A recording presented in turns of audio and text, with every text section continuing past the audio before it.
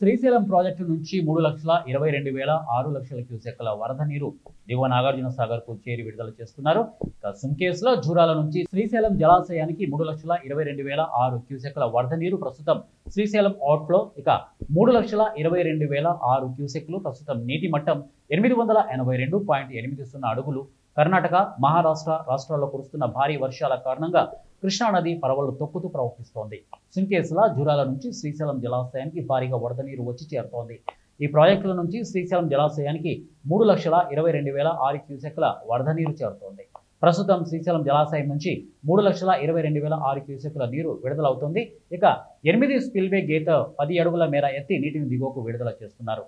ఇక Pothireddypadu head regulator ద్వారా 20,000 క్యూసెక్కులు, ఎడమ గేటు విద్యుత్ కేంద్రం నుంచి 35,315 క్యూసెక్కులు, కుడిగట్టు విద్యుత్ కేంద్రం నుంచి 30,643 క్యూసెక్కులు నీటిని విడుదల చేస్తున్నట్టు తెలియజేశారు.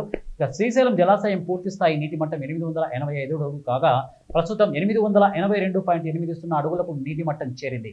ప్రాజెక్టు నీటి నిల్వ సామర్థ్యం 215.80 టీఎంసీలు కాగా ప్రస్తుతం 203.429 టీఎంసీలుగా నీటి నిల్వ నమోదైంది. కుడి ఎడమ విద్యుత్ కేంద్రాల ద్వారా విద్యుత్ ఉత్పత్తి కొనసాగుతోంది.